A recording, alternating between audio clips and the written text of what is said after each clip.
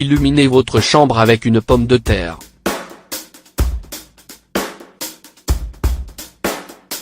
Si vous adoriez les travaux pratiques scientifiques à l'école, vous allez adorer cette petite expérience. Vous n'allez avoir besoin que d'une pomme de terre.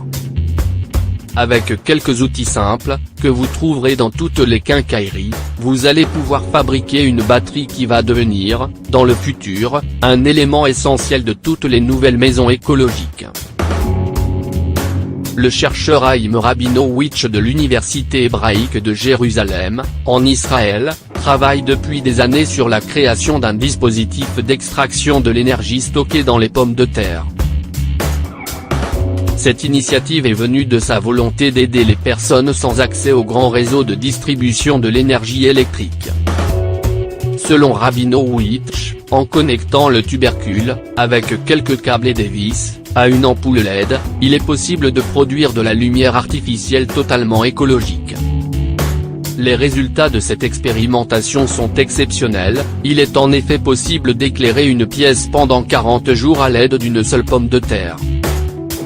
Comment illuminer votre chambre avec une pomme de terre? De quoi avez-vous besoin? 2 petites pommes de terre, cuites pendant 8 minutes, 3 câbles de cuivre, 2 fils de fer ou 2 tiges en cuivre, 2 tiges en zinc ou 2 clous, une petite ampoule de 1,5 volts. Comment réaliser votre lampe? Prenez un premier câble de cuivre. Enroulez chacune de ses extrémités autour d'un fil de fer, ou d'une tige en cuivre, et d'une tige en zinc, ou d'un clou.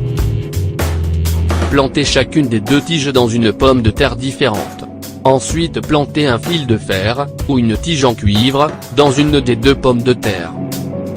Enroulez une extrémité d'un câble de cuivre autour du fil de fer et laissez l'autre extrémité libre.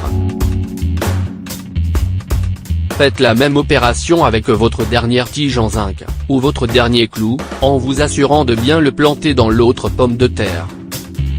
Chaque pomme de terre doit donc avoir 2 tiges, une en zinc et une en cuivre. Connectez les extrémités des câbles en cuivre laissés libres à votre ampoule, en faisant bien attention de ne pas toucher le cuivre. Et voilà. Vous pouvez illuminer votre chambre. Comment cela fonctionne-t-il? La pomme de terre ne produit pas d'électricité en elle-même, mais elle contient de l'acide ascorbique.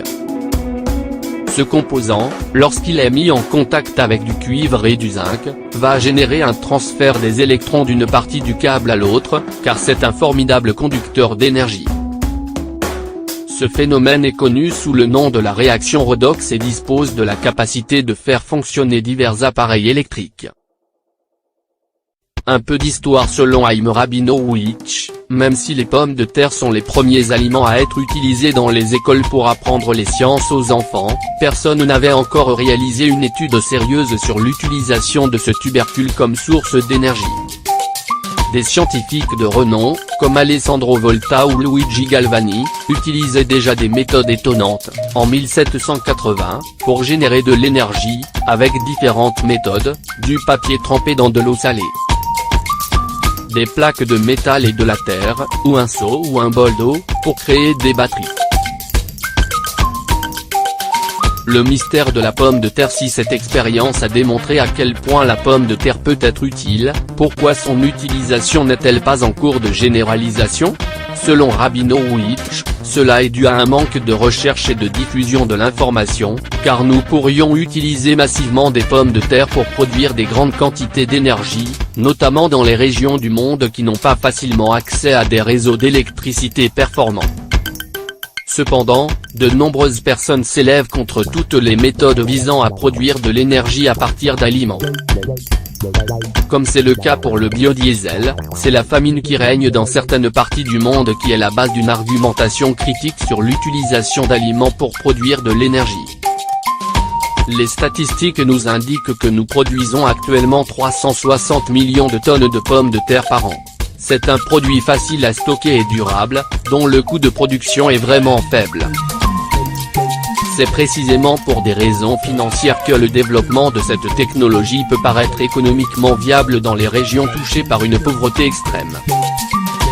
En effet, la fabrication des tiges de zinc et de cuivre est moins coûteuse que celle des lampes à kérosène ou à huile. Cependant, un problème demeure, beaucoup de personnes sont réticentes à l'idée d'utiliser de la nourriture pour illuminer leur maison.